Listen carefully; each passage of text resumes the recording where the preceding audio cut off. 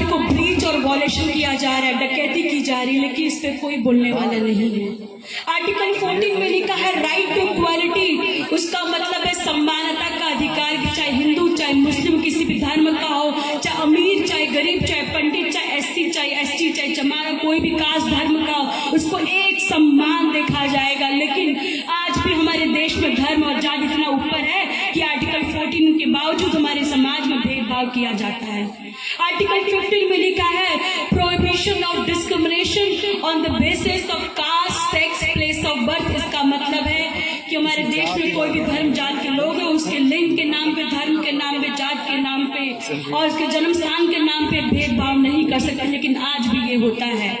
Article 17 में लिखा है अबॉलिशन ऑफ अनटचेबिलिटी, इसका मतलब छुआछूत, भेदभाव, जात के नाम से जो व्यक्ति करेगा उसको सजा हो सकती है, क्रिमिनल एक्ट माना जाता है, 2 साल की सजा हो सकती है। लेकिन आज भी हमारे समाज में लोगों को उनके हक और अधिकार के बारे में नहीं पता है, इसलिए उनके साथ आज भेदभाव किया जाता है कि आप छोटे जात के हो। लेकिन गलती हमारे समाज के लोगों की है, वो अपने साथ करने दे रहे हैं। क्यों करने दे रहे? क्योंकि अपने हक और अधिकार के बारे में नहीं पता है। जब हमारे समाज के लोग को उनके हक और अधिकार के बारे में पता चल जाएगा तो उनके साथ उनके अधिकार की डकैती कोई नहीं कर सकता है। आर्टिकल 19 में लिखा है freedom of speech and expression, इसका मतलब हर व्यक्ति को अपना विचार रखने का अधिकार है।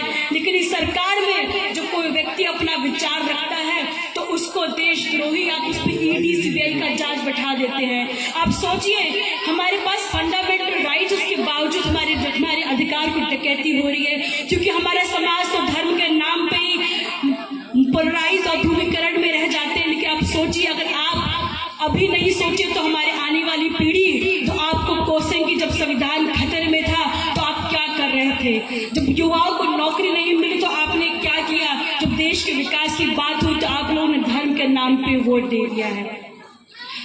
मैं आपको ये भी बताना चाहूंगी, क्योंकि हर भाषण में कहा जाता है कि मैं सबसे कम उम्र की 25 साल की सांसद बनी